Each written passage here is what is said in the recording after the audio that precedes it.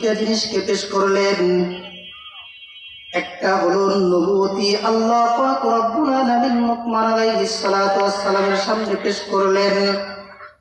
আর একটা হিকমত, আল্লাহ পাক রব্বুল আলামিন দুনিয়াতে যত পয়গম্বর আল্লাহ পাক রব্বুল আলামিন পাঠাইছেন, কোন পয়গম্বরকে আল্লাহ পাক রব্বুল আলামিন কালো বানান নাই। কোন পয়গম্বরকে আল্লাহ পাক রব্বুল আলামিন অসুস্থ বানান নাই। আল্লাহ পাক রব্বুল আলামিন যত নবী রাসূল দুনিয়াতে পাঠাইছেন, সবগুলো নবী রাসূল ছিলেন ওই জামানার শ্রেষ্ঠ সুন্দর।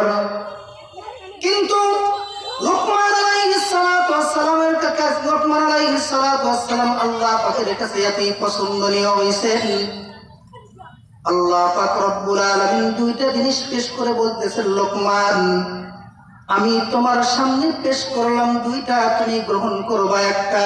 চাইলে তুমি নবীও হইতে পারো, নাইলে তুমি হিকমতওয়ালাও হইতে পারো। মুসলমান বাবাজিরা আমার, হযরতে লুকমান আলাইহিস সালাতু ওয়াস সালাম নবুয়তিকে গ্রহণ করেন নাই। কিতাবের মধ্যে লেখেন ফাখতারুল হিকমা, হযরতে লুকমান আলাইহিস সালাতু ওয়াস সালাম হিকমতকে গ্রহণ করেছে। আল্লাহ পাকের কাছে কেমন পছন্দ! তিনি একজন গোলাম ছিলেন, গোলাম। তিনি একজন মনিবের গোলাম। গোলাম হওয়ার কারণে তিনি বাগান পাহারা দিতেন। 12 বছর পর্যন্ত বাগান পাহারা দেওয়ার কারণে আল্লাহ পাক রব্বুল আলামিন তার মধ্যে একটি আমানতদারি এবং ঈমান দান করেছিলেন। যেই বাগান পাহারা দিতেছেন ওই বাগানে শুধু উন্নতি ছাড়া অবনতির কোনো কথা নাই, খালি উন্নতি হইতেছে বাগানে। মুসলমান বাবাজিরা আমার,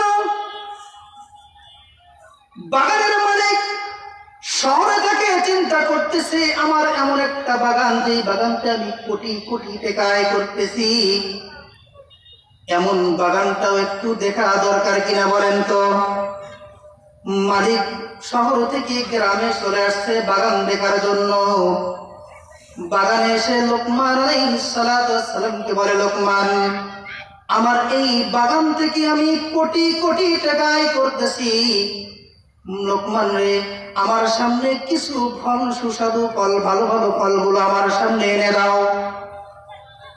হযরতে লুকমান আলাইহিস সালাতু ওয়াস সালাম সুন্দর সুন্দর কিছু ফল আনলেন, এনে মনিবের সামনে পেশ করলেন। ফলগুলো দেখতে খুব সুন্দর, চাকচিক্য। লুকমানের মালিক ফলটা যখন মুখে দিয়েছেন, তিক্ত আর তিক্ত। এবার মালিক হযরতে লুকমান আলাইহিস সালাতু ওয়াস সালামকে ডেকে বলে, লুকমান আমি তোমার কাছে সুন্দর সুন্দর ফল চাইলাম, যে ফলগুলো সুস্বাদু হবে। তুমি এমন কিছু ফল আনলা যেই ফলগুলো তিক্ততার কারণে আমার মুখটা জড়ো হয়ে গেল। লোকমান 12 বছর এই বাগান পাহারা দিয়ে এই ফলগুলো তুমি চিনছো।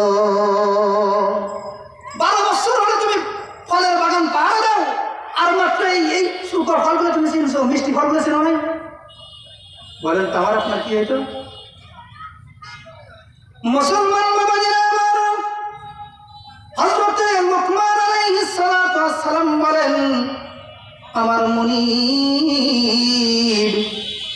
আপনি তো আমাকে এই বাগানের পাহারা দেওয়ার জন্য রাখছেন, আমি হলাম এই বাগানের মুহাফেজ, আমি হইলাম এই বাগানের পাহারাদার, রক্ষক।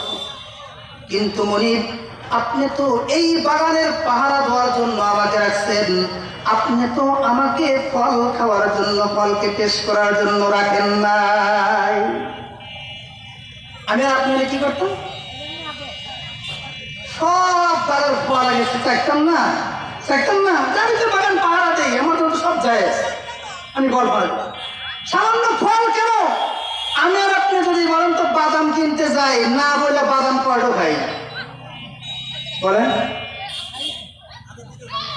আমি আর আপনি যদি বড়ই কিনতে যাই, বলেন তো বড়ই আগে আমি কয়টো খাই? মাপার আগে 10-12টা খাওয়া শেষ।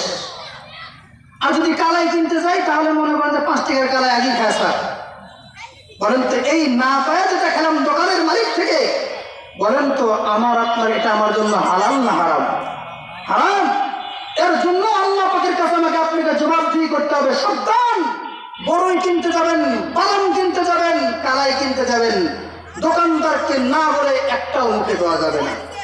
যাবে? মুসলমান